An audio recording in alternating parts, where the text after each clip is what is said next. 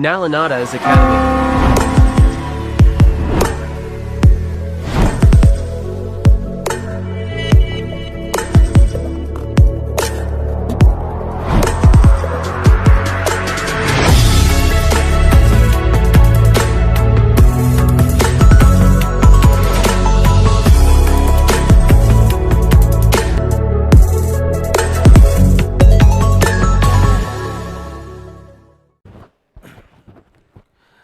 तो देखिए, महासागरीय जलधाराओं से सबसे ज्यादा क्वेश्चन आपके एग्जाम में आते हैं और पूछता ही है। तो पहली बात तो ये आती है कि महासागरीय जलधाराएं होती क्या है, यानी रियल में जलधाराएं हैं क्या। और जब क्या की बात हो जाएगी तो उसके बाद हम बात करेंगे कि उत्पन्न होने के कारण क्या हैं, उत्पन्न होने के कारण यानी क्यों जलधाराएं पैदा होती हैं। इसके बाद जब ये भी बात हो जाएगी तो हम बात करेंगे जलधाराओं की जो हमें प्रमुख विशेषता देखने के लिए मिलती है। आवाज शांत हो जाओ, आपस में बात करना बंद कर दो, नहीं तो मैं सुनना शुरू कर दूंगा। दो ही चीजें हैं। तो तीसरी बात जो है वो ये है आपका कि इनकी प्रमुख विशेषता क्या है, प्रमुख विशेषता। और फाइनली हम बात करेंगे आपसे कि प्रमुख जलधाराएं कौन कौन सी हैं। तो प्रमुख जलधाराएं, और प्रमुख जलधाराएं हमें हर सागर में अलग अलग देखनी होंगी, यानी अटलांटिक महासागर की जलधाराएं अलग, और इसी तरीके से प्रशांत महासागर की जलधाराएं अलग, और इसी तरीके से हिंद महासागर की जलधाराएं अलग। ये तीन महासागरों की जलधाराएं। फिर ये चैप्टर कंप्लीट होगा। तो जहां तक मुझे लगता है एक क्लास में तो हो नहीं पाएगा, 2 क्लासें कम से कम लगेंगी।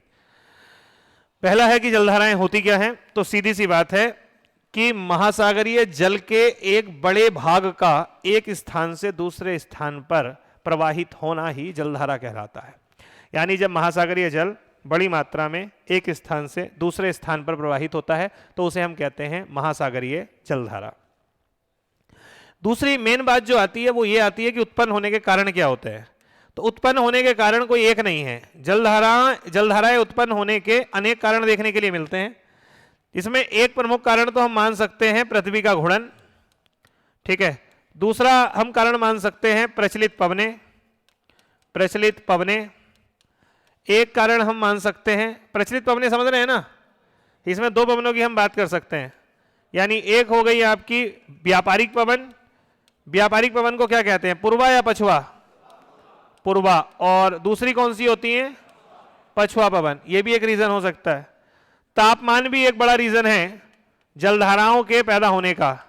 बाष्पीकरण भी एक रीजन माना जाता है, ठीक है। और एक रीजन लवणता को भी देखा जाता है कि लवणता भी एक रीजन है जो कि महासागरीय जलधाराओं के उत्पत्ति का कारण है।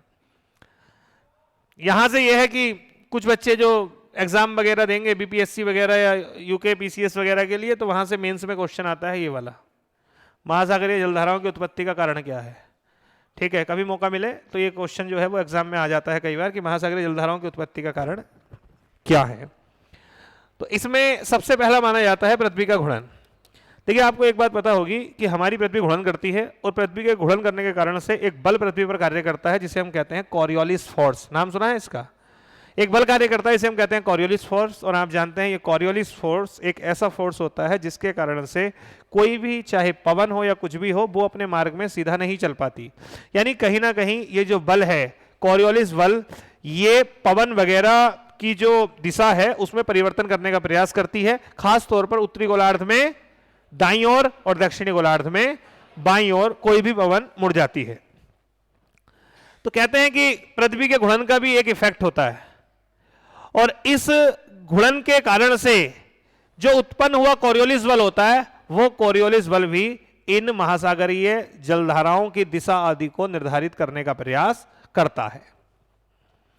दूसरा रीजन जो है वो होता है आपका प्रचलित पवनें। यानी जलधाराओं की उत्पत्ति का एक प्रमुख कारण जो माना जाता है वो क्या माना जाता है, प्रचलित पवनें मानी जाती हैं। और प्रचलित पवनें आप जानते हैं कि प्रचलित पवनें मुख्यतः 2 हैं, 2 नहीं 3 होती हैं। एक ध्रुवीय होती हैं, एक व्यापारिक होती हैं और एक पछुआ होती हैं। इनको अगर आपको मैं मैप पे बना के बताऊं तो ये आप ऐसा देखोगे, ये यहां पर ये वाली कौन सी पेटी हो गई, हाई प्रेशर या लो प्रेशर? Low pressure. ये वाली और ये वाली और ये सेम, ऐसे ही ये और ये, ठीक है। अच्छा मेरे को कोई बताएगा कि यहां पर जब पवनें ऊपर उठती हैं तो यहां ऐसे एक सेल बन जाती है, सेल, यहां पर इस सेल का नाम क्या होता है? एक सेल बन जाती है, वायु कोष बन जाता है, हेडली। और यहां पर जो कोष बनता है फेरल कोष, और यहां पर पोलर कोष। तो यहां पर देखिए ऐसे करके पवन चलती है, ये वाली पवन जो होती है, ये पवन कौन सी होती है? ये होती है व्यापारिक पवन, सामान्य तौर पर इन्हें कहते हैं पूर्वा पवन। दूसरी पवनें होती हैं आपकी पछुआ पवन, ये होती है ये वाली। अभी जलधाराओं पर मेन प्रभाव इन पवनों का कैसे होता है? आप सोचिए कि सामान्य तौर पर ये हो गया 0 डिग्री, इधर 30 से 35 डिग्री, इधर 62। तो यहां पर आप एक चीज देखिए कि चूंकि विषुवत रेखा और 30 से 35 डिग्री रेखा के बीच में, यानी पेटियों के बीच में जो वायु की दिशा है वो क्या है? आप कहेंगे पूरब से पश्चिम, है या नहीं? तो सिंपल सी बात है, महासागरों में क्या इफेक्ट देखने के लिए मिलेगा कि जो जल होगा वो इस दिशा में चलेगा या नहीं, पूरब से पश्चिम की दिशा में चलेगा या नहीं चलेगा, फ्रिक्शन के कारण से। जब ये प्रचलित पवनें चलती हैं तो इनके कारण से सागरीय जल में और इन पवनों में एक फ्रिक्शन पैदा होता है, घर्षण पैदा होता है। इस घर्षण के कारण से ये सागरीय जल जो है वो एक स्थान से दूसरे स्थान पर प्रवाहित होने लगता है। होगा या नहीं होगा? और इसके विपरीत अगर ये वाला क्षेत्र होगा तो दिशा क्या होगी? ये। तो सामान्य तौर पर महासागरीय जलधाराओं के उत्पन्न होने का एक कारण होता है ये पवनें। पूर्वा पवनों के कारण से, व्यापारिक पवनों के कारण से जो महासागरीय जल होता है वो विषुवत रेखा के पास हम देखते हैं कि पूरब से पश्चिम की ओर जाता है। लेकिन हम देखते हैं 30 से 35 डिग्री अक्षांश के पार वही जल किस दिशा में जाता है? पश्चिम से पूरब की दिशा में जाता है। तो ये क्वेश्चन अगर आपसे पूछ ले कि 50 से 60 डिग्री के बीच में जो जलधाराएं होंगी उनकी दिशा क्या होगी, तो आप कहेंगे क्या होगी? वेस्ट टू ईस्ट होगी। लेकिन यही आपसे पूछ ले कि बताओ विषुवत रेखा के पास जलधाराओं की दिशा क्या होगी? ईस्ट टू, यानी पूर्व से। तो यानी ये जो प्रचलित पवनें होती हैं ये भी काफी ज्यादा उत्पन्न होने का कारण बनती हैं इन जलधाराओं का। अगला रीजन है जी तापमान। तापमान के कारण से जलधाराएं कैसे बन सकती है? देखिए सीधी सी बात है, जल का अगर आप तापमान बढ़ाते हैं तो जल फैलता है, पता है ना ये बात, फैलेगा, वो तो स्वाभाविक सी बात है, अणु दूर दूर जाएंगे तो फैलेगा। जहां का जल का तापमान गर्म होता है वहां पर जल फैलता है, और सिंपल सी बात है जहां का जल थोड़ा ठंडा होगा वहां वो कम फैलेगा, यानी वहां का जल स्तर नीचा हो। तो जहां का जल गर्म होता है वो जल स्तर बढ़ जाता है क्योंकि जल फैल जाता है, और जिधर का तापमान कम होता है वो जल का स्तर नीचे रहता है। सेम ऐसे में एक अंतर बन जाएगा लेवल के बीच, स्तर के बीच, और इधर से जो ऊंचा स्तर बना हुआ है यहां से जल किस ओर चलना शुरू करेगा? निम्न स्तर की ओर चलना शुरू करेगा, और जिसके कारण से फिर से जलीय भाग एक स्थान से दूसरे स्थान पे जा रहा है, अर्थात आप इसे कह सकते हैं जलधारा, यानी फिर से क्या हो गई? जलधाराओं की उत्पत्ति हो गई। तो यानी तापमान में अंतर भी जलधाराओं की उत्पत्ति का एक प्रमुख कारण है। अगला जी बाष्पीकरण। बाष्पीकरण कैसे इफेक्ट डालता है? अभी आप सोचिए जिस क्षेत्र में बाष्पीकरण होगा वहां पे जल की मात्रा कम हो जाएगी क्योंकि बाष्पीकरण हो गया ना, ठीक है, जल वेपराइज बन के उड़ गया, और जहां पर बाष्पीकरण कम होगा वहां पर जल बरकरार रहेगा। तो जहां बाष्पीकरण ज्यादा होता है वहां जल स्तर कम हो जाता है, जहां बाष्पीकरण नहीं होता है वहां जल स्तर बना रहता है, और जिसके कारण से सामान्य तौर पे कई जगह हमें ऐसा देखने को मिलता है कि ज्यादा बाष्पीकरण वाला क्षेत्र जो होता है उस और कम बाष्पीकरण वाले क्षेत्र से जल जो है वो प्रवाहित होने लगता है, और जिसके कारण से जलधारा पैदा हो जाती है। एक रीजन हम मान सकते हैं लवणता। लवणता के कारण से भी जलधाराओं की उत्पत्ति कई बार देखी जाती है। कैसे होती है? देखिए जिसमें हाई पीपीटी होगी सॉल्ट की, यानी नमक जिसमें ज्यादा होगा, तो वहां पर क्या होगा? आपको पता होगा कि लवणीय जल भारी होता है, भारी होगा तो नीचे बैठेगा, और बिना लवणीय जल थोड़ा मीठा होता है, हल्का होता है। तो जहां भारी जल होता है ना तो उसकी डेंसिटी ज्यादा होती है, वो भारी होता है, नीचे की ओर होता है, और जो बाकी का जहां कम लवणीय जल होता है वो आपका उसका जल स्तर थोड़ा ऊंचा होता है, जिसके कारण से वो कम लवणीय क्षेत्र से जल जो है वो आपका ज्यादा लवणीय क्षेत्र की ओर प्रवाहित होना शुरू हो जाएगा, और उस समय भी जो है वो जलधाराओं की उत्पत्ति कई बार देखने के लिए मिलती है। तो ये कुछ प्रमुख कारण हैं जिनके आधार पर हम कह सकते हैं कि जलधाराएं प्रकट होती हैं, जलधाराएं उत्पन्न होती हैं। जी विशेषताओं की बात करें जलधाराओं के बारे में, तो पहली विशेषता जलधाराओं की कि जलधाराएं दो प्रकार की होती है, एक तो गर्म होती है और एक ठंडी होती है। यानी कैटेगरी दो भागों में आप डिवाइड कर सकते हैं, गर्म और ठंडी। जलधाराएं दो प्रकार की होंगी, गर्म भी होंगी, कुछ ठंडी भी होंगी। गर्म और ठंडी का लॉजिक क्या है? तो गर्म और ठंडे का लॉजिक ये है, अगर कोई जलधारा विषुवत रेखा से ध्रुवों की ओर जा रही है, यानी कोई जलधारा ऐसी है जो भाई इस क्षेत्र से इस क्षेत्र की ओर जा रही है, यानी ये नीचे से ऊपर की ओर गई है, तो सिंपल सी बात है ये यहां से गर्म जल लेके गई होगी ऊपर, तो सिंपल सी बात है ये जलधारा कैसी हो जाएगी? ये हो जाएगी गर्म। सेम इसका उल्टा, यदि कोई जलधारा ऊपर से नीचे आ रही होगी, यहां से यहां आ रही होगी, तो ये जलधारा यहां के क्षेत्र के लिए कैसी हो जाएगी? ठंडी हो जाएगी। यानी कोई जलधारा गर्म होगी या ठंडी है, इस बात पे डिपेंड नहीं करता है कि उसका तापमान क्या है, ये इस बात पे डिपेंड करता है कि वो कहां से आ रही है और कहां जा रही है। अगर वो विषुवत रेखा से ध्रुवों की ओर जाएगी तो 100% गर्म होगी, और अगर वो ध्रुवों से आ रही होगी नीचे की ओर, तो ध्यान रखना हमेशा उसे क्या किस में गिनेंगे आप? ठंडी जलधारा में गिनेंगे। तो ये पहली विशेषता है।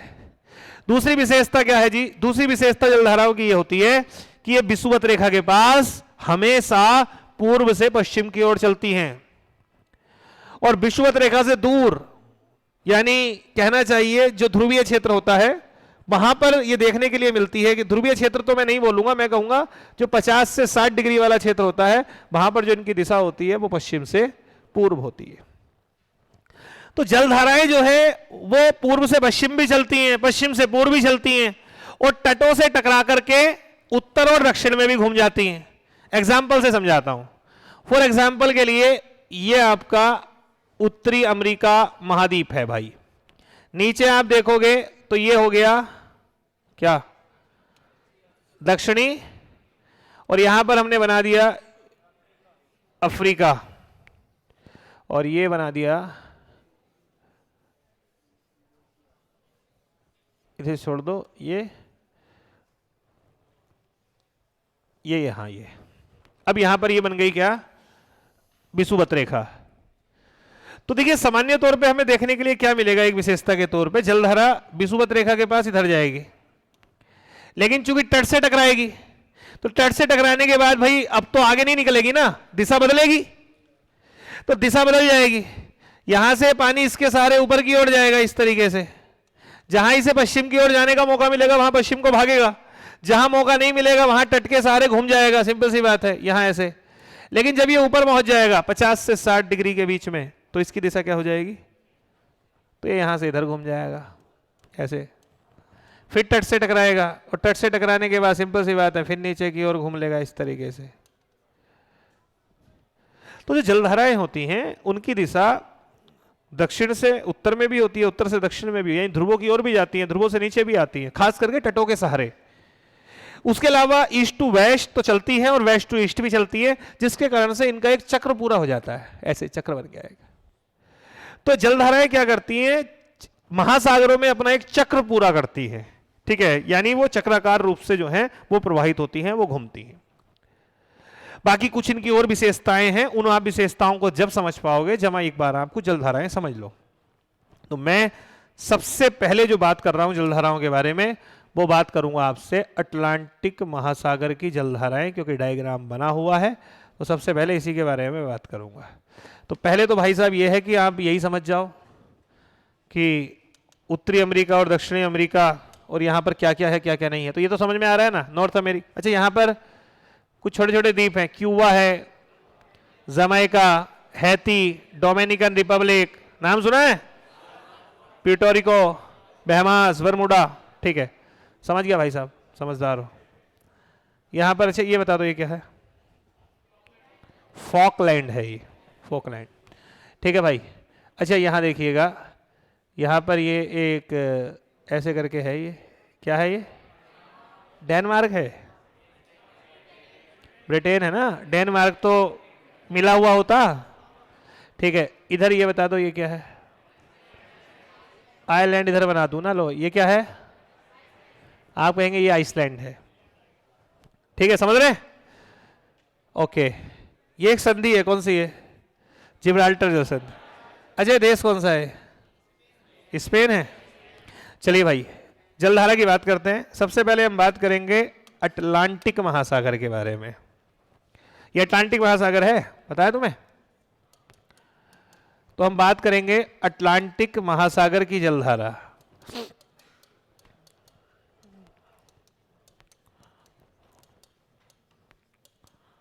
अटलांटिक महासागर की जलधाराएं।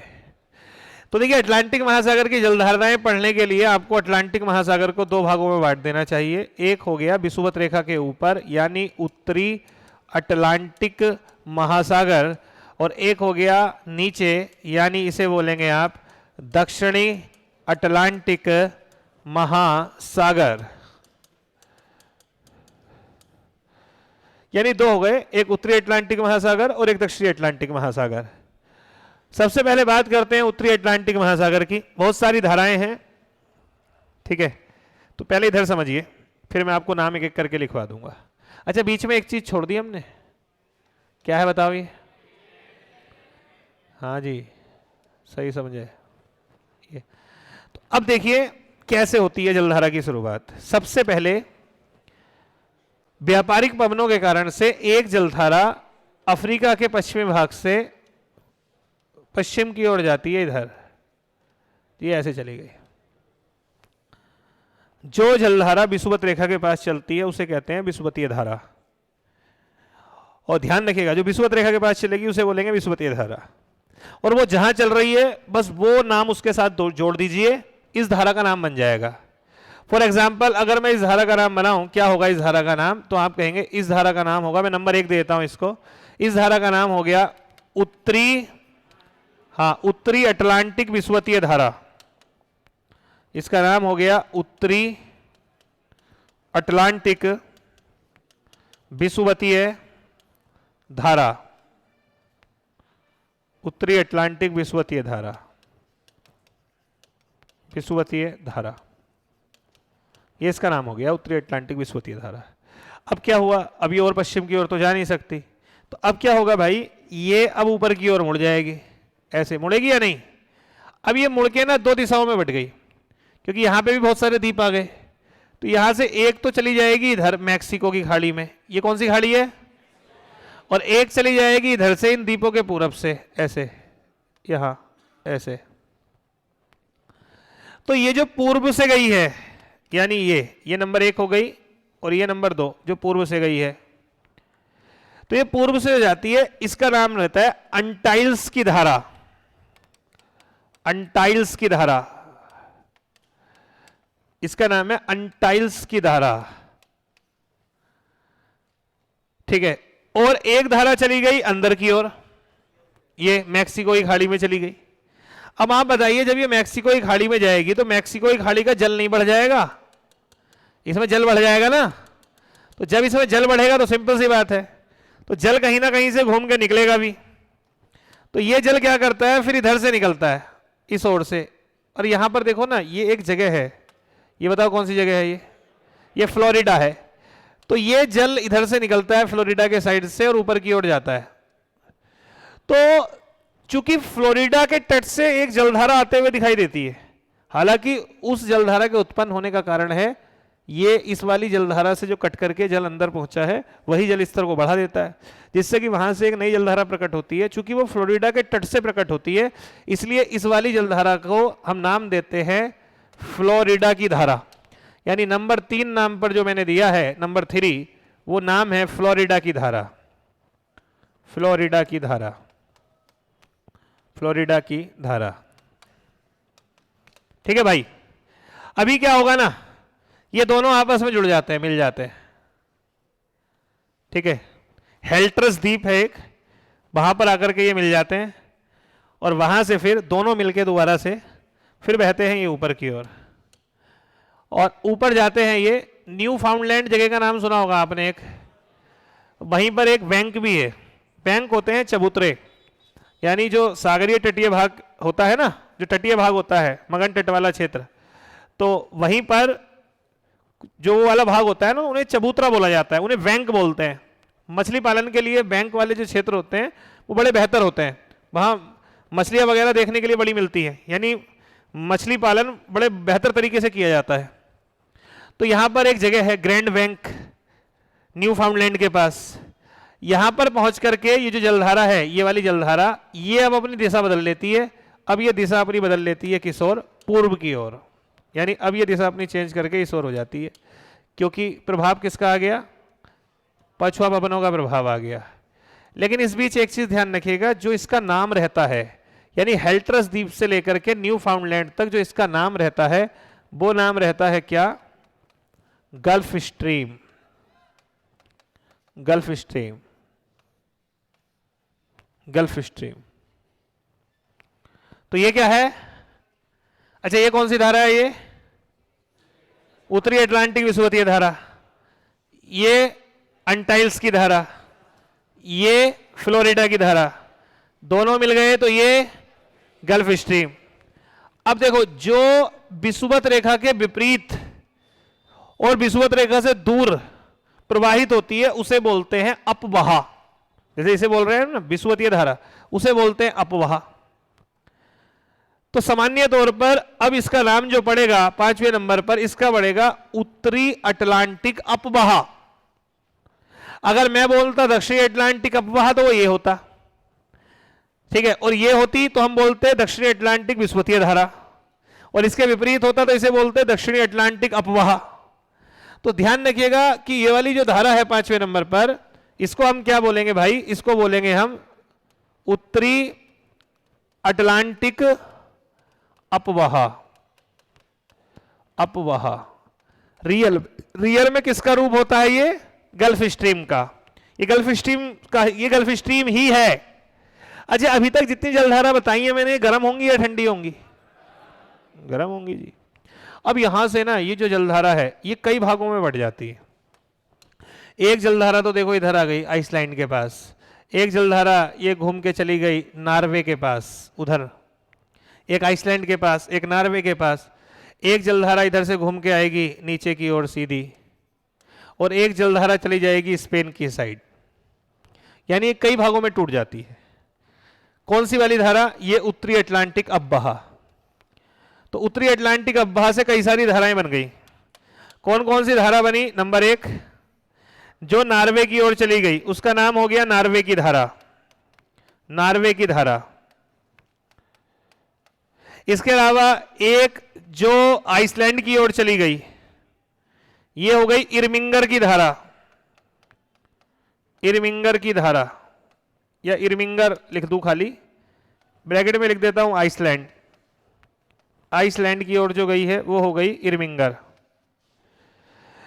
इसके अलावा जो स्पेन की ओर गई है उसका नाम हो गया रेनेल की धारा। रेनेल, रेनेल करंट, रेनेल की धारा। ये किस ओर चली गई? स्पेन की ओर। ये सब कैसी हैं? गर्म है। लेकिन एक ऐसी है जो यहां से नीचे की ओर आ गई है, घूम के नीचे ही आ गई, सीधी इधर ही आ गई है। इसका नाम होता है कनारी। इसका नाम है कनारी की धारा। और ये कैसी होगी भाई? ध्यान रखिएगा, ये तो ठंडी होगी। अभी तक ठंडी जलधारा एक ही मैंने पढ़ाई है, क्योंकि ये ऊपर से नीचे की ओर आ रही है, इसलिए ये जलधारा कैसी होगी? ये होगी आपकी ठंडी। हालांकि पार्ट उत्तरी अटलांटिक अपवहा का है, लेकिन वो अपवहा जब ऊपर से नीचे आएगा तो विषुवत के अकॉर्डिंग तो वो ठंडा ही होगा। तो यहां पर ये ध्यान रखिएगा, नॉर्वे की धारा, ये नॉर्वे की साइड जो जलधारा गई है, ये इरमिंगर जो आइसलैंड की ओर गई है, और रेनेल जो कि स्पेन की ओर गई है। ये तीनों धाराएं जो हैं ये उत्तरी अटलांटिक अपवहा का ही पार्ट हैं। और उत्तरी अटलांटिक अपवहा किसका पार्ट है? गल्फ स्ट्रीम का। तो देखिएगा एक चक्र पूरा हो गया। क्या चक्र पूरा हुआ?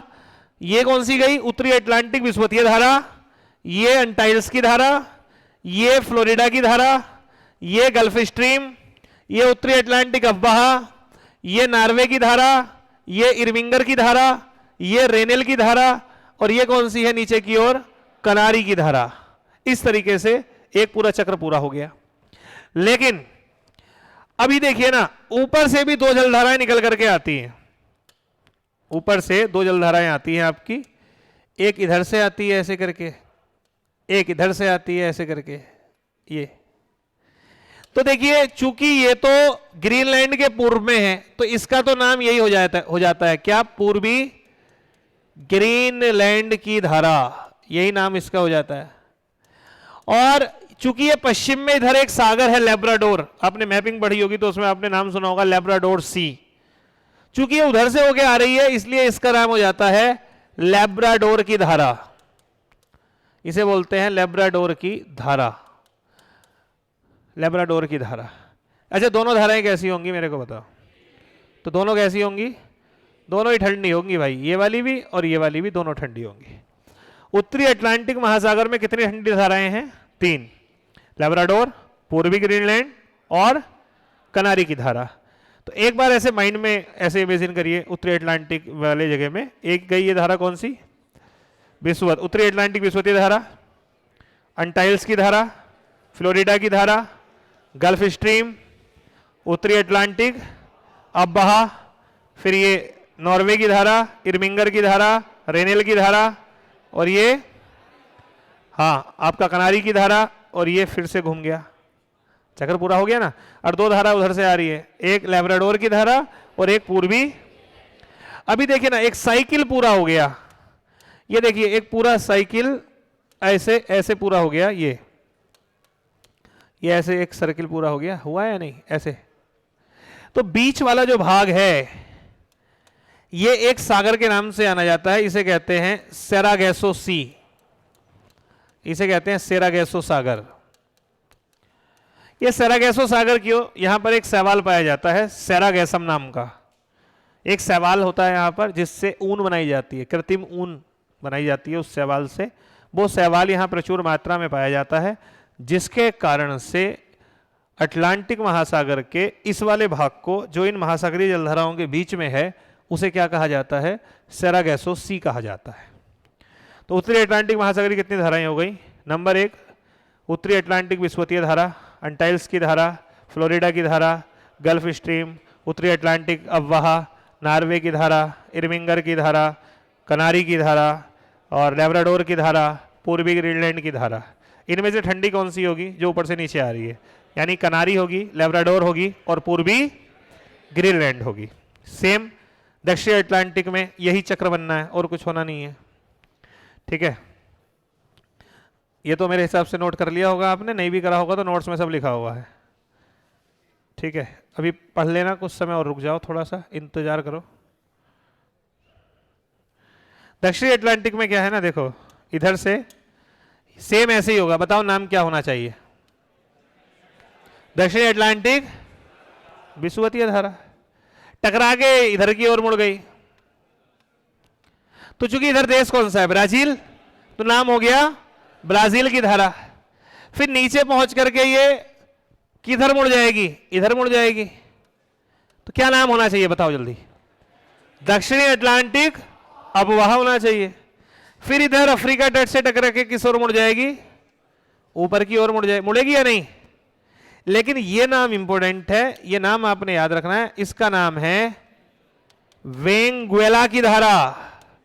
इसे सही कर लेना, मतलब सही क्या, इसे वेनेजुएला मत समझ जाना। हाँ तो वो लिख दिया है, वेनेजुएला नहीं है, ये वेनेजुएला है। वो समझ में गलत आ जाता है लोगों को, इसलिए लिख लेते हैं उसे। ये ध्यान रखिएगा, क्योंकि वेनेजुएला तो इधर है ना, Colombia, Venezuela, Guyana, Suriname, French Guiana, Peru, Ecuador, Chile, Argentina, Uruguay, Paraguay, ये कौन सा है?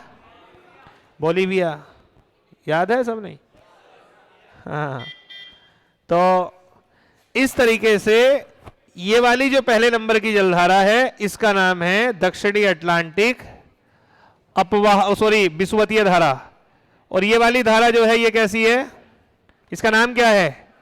ब्राजील की धारा। और ये दक्षिणी अटलांटिक, और फिर भाई ये गई ऊपर। अच्छा बताओ इनमें से कौन सी ठंडी होगी? किधर? विषुवत रेखा के पास आ रही है ना, ध्रुवीय क्षेत्रों से, तो ये कैसी होगी? एक जलधारा इधर और आती है यार, ऐसे नीचे यहां और आती है। ध्यान रखना, इसका नाम है फॉकलैंड, क्योंकि ये पास में फॉकलैंड है ना, तो ये फॉकलैंड की धारा है, ये फॉकलैंड की धारा है। और फॉकलैंड की धारा भी कैसी होगी? ठंडी होगी। तो कितनी जलधाराएं हो गई उत्तरी और दक्षिणी अटलांटिक महासागर में? नंबर 1 उत्तरी अटलांटिक विस्वतीय धारा, अंटाइल्स की धारा, फ्लोरिडा की धारा, गल्फ स्ट्रीम, उत्तरी अटलांटिक अब्बाहा, नॉर्वे की धारा, इर्मिंगर की धारा, रेनेल की धारा, कनारी की धारा, लेब्राडोर की धारा, पूर्वी ग्रीनलैंड की धारा, दक्षिणी अटलांटिक विस्वतीय धारा, ब्राजील की धारा, दक्षिणी अटलांटिक अब्बाहा और वेंगुएला की धारा और फॉकलैंड की धारा। इतनी धाराएं हैं, याद नहीं करनी बैठ के कि रटते फिर रहे हैं ये करो वो करो। इस माइंड में मैप आना चाहिए और सीधा घूम जाना चाहिए, ये जलधारा है। ठंडी गर्म याद करने की जरूरत नहीं है। बट एक बात इंपॉर्टेंट याद रखिए आप, क्या है कि जहां पर गर्म और ठंडी जलधारा मिलती है ना, जैसे यहां मिल रही है, आपको दिखाई दे रहा होगा, मिल रही है गर्म और ठंडी जलधारा। ऐसे ही ये देखो यहां मिल रही है, ठीक है। ऐसा ही इफेक्ट आपको इधर भी दिखाई देगा। जहां पर भी गर्म और ठंडी जलधारा मिलती है, वहां पर इन दो जलधाराओं के मिलने से उस वाले क्षेत्र में धुंध छा जाती है, कोहरा बहुत आता है। और बड़ी बात क्या है साथी, अच्छा कोहरे आने का एक रीजन है, गर्म जलधारा है तो गर्मी के कारण से बाष्प बहुत बनती है, और जब ठंडी आ जाती है तो वो उसको संघनित कर देती है, तो संघनन हो जाएगा। और कॉन्सेप्ट पढ़ा है आपने संघनन का क्या है, तो कोहरा रहता है भरमार। और दूसरी बात, जहां पर गर्म और ठंडी मिलती है ना, वहां पर एक ऐसा माहौल बन जाता है कि वहां पर प्लैंक्टन्स बहुत पैदा होता है।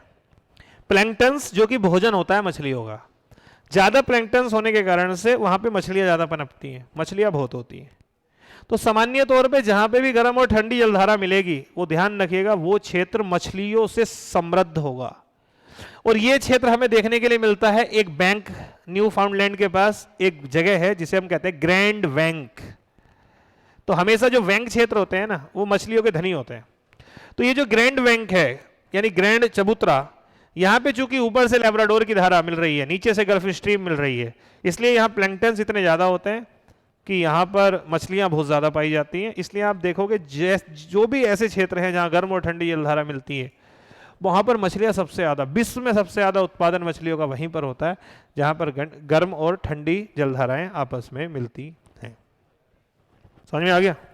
प्रशांत महासागर के बारे में बात और आगे करूँगा, फिलहाल इसको आप इतना पढ़ लो, बाकी बात अभी करेंगे।